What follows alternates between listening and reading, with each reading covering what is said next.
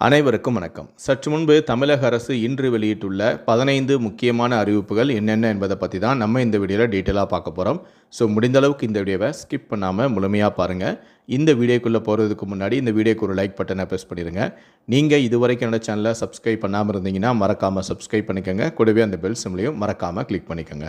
சரி வாங்க இப்போ நாம் வீடியோக்குள்ளே போகலாம். முதல் அறிவிப்பு: தொகுதி சார்ந்த ஆய்வு பணிகளை மேற்கொள்ள ஏதுவாக அனைத்து எம்எல்ஏக்களுக்கும் அரசு சார்பில் வாகனம் வழங்கப்படும் என்று முதலமைச்சரான விஜய் அறிவித்துள்ளார். மாதந்தோறும் 75,000 ரூபாய் வாகன படியாக வழங்கப்படும் என்றும், எம்எல்ஏக்கள் உதவியாளர் ஒருவரை நியமித்துக் கொள்ளலாம் என்றும், அதற்கு அரசு சார்பில் 25,000 ரூபாய் வழங்கப்படும் என்றும் சட்டப்பேரவையில் முதலமைச்சரான விஜய் அறிவித்துள்ளார்.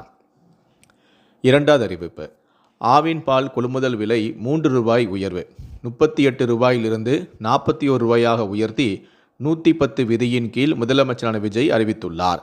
பாலுக்கு இதுவரை வழங்கப்பட்டு வந்த கொள்முதல் விலை 35 ரூபாயிலிருந்து 36 ரூபாயாகவும், ஊக்கத்தொகை 3 ரூபாயிலிருந்து 5 ரூபாயாகவும் உயர்த்தப்படும் என்று முதலமைச்சரான விஜய் அறிவித்திருக்கிறார்.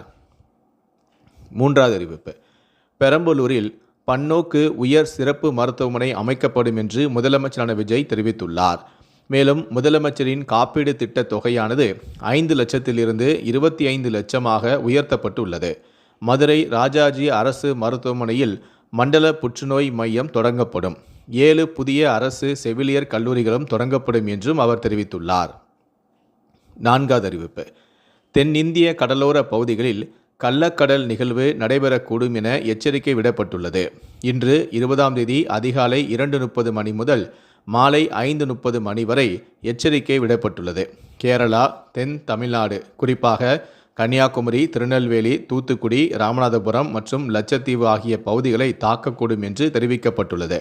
அப்போது உயர் அலைகளுடன் கடல் ஏற்றமும் சேருவதால் தாழ்வான கடற்கரை பகுதிகளில் கடல் நீர் திடீரென உள்புகுந்து வெள்ளம் ஏற்பட அபாயம் உள்ளது என்றும் எச்சரித்துள்ளது. ஐந்தாவது அறிவிப்பு: தமிழக கடலோர பகுதிகளில் கீழ்மட்ட வளிமண்டலத்தில் ஒரு பலவீனமான காற்றழுத்த தாழ்வு பாதை நிலவுகிறது. இதன் காரணமாக இன்று 20ஆம் தேதி மேற்கு தொடர்ச்சி மலை மாவட்டங்களில் ஓரிரு இடங்களில் இடி மின்னல் மற்றும் பலத்த காற்றுடன் மணிக்கு 30 முதல் 40 கிலோமீட்டர் வேகத்தில் கூடிய மிதமான மழை பெய்யக்கூடும். ஏனைய தமிழகத்தில் ஓரிரு இடங்களிலும், புதுவை மற்றும் காரைக்கால் பகுதிகளிலும் இடிமின்னுடன் கூடிய லேசான மழை பெய்யக்கூடும். 21ஆம் தேதி முதல் 25ஆம் தேதி வரை மேற்கு தொடர்ச்சி மலை மாவட்டங்கள், வட கடலோர தமிழகத்தில் ஓரிரு இடங்களிலும், புதுவை மற்றும் காரைக்கால் பகுதிகளிலும் மிதமான மழை பெய்யக்கூடும். ஏனைய தமிழகத்தில் ஓரிரு இடங்களில் லேசான மழை பெய்யக்கூடும்.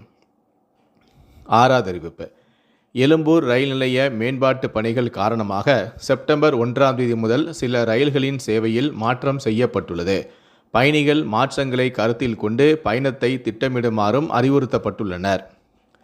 ஏழாவது அறிவிப்பு: ஓணம் பண்டிகையை முன்னிட்டு பயணிகளின் வசதிக்காக கர்நாடக மாநிலம் பெங்களூருவில் இருந்து கேரளா மாநிலம் கண்ணூருக்கு இன்று 20ஆம் தேதி சிறப்பு ரயில் இயக்கப்படுகிறது. இந்த ரயிலில் பெங்களூரு கண்டோன்மெண்டில் இருந்து 20ஆம் தேதி இரவு 10:30 மணிக்கு புறப்பட்டு அடுத்த நாள் மதியம் 12:50 மணிக்கு கண்ணூரை சென்றடைகிறது. இந்த ரயில் 21ஆம் தேதி அதிகாலை 2:10 மணிக்கு சேலத்துக்கும், 3:15 மணிக்கு ஈரோட்டுக்கும், 4:03 மணிக்கு திருப்பூருக்கும், 5:48 மணிக்கு போத்தனூருக்கும் சென்று சேரும். இதுபோல கண்ணூரில் இருந்து 21ஆம் தேதி மாலை 4:10 மணிக்கு சிறப்பு ரயிலானது புறப்பட்டு மறுநாள் காலை 6 மணிக்கு பெங்களூரு கண்டோன்மெண்ட் பகுதிக்கு சென்று சேரும். இந்த ரயிலானது 21ஆம் தேதி இரவு 9:40 மணிக்கு போத்தனூருக்கும், 10:28 மணிக்கு திருப்பூருக்கும், 11:15 மணிக்கு ஈரோட்டுக்கும், நள்ளிரவு 12:05 மணிக்கு சேலத்திற்கும் சென்று சேரும். இந்த தகவலை ரயில்வே அதிகாரி ஒருவர் தெரிவித்துள்ளார்.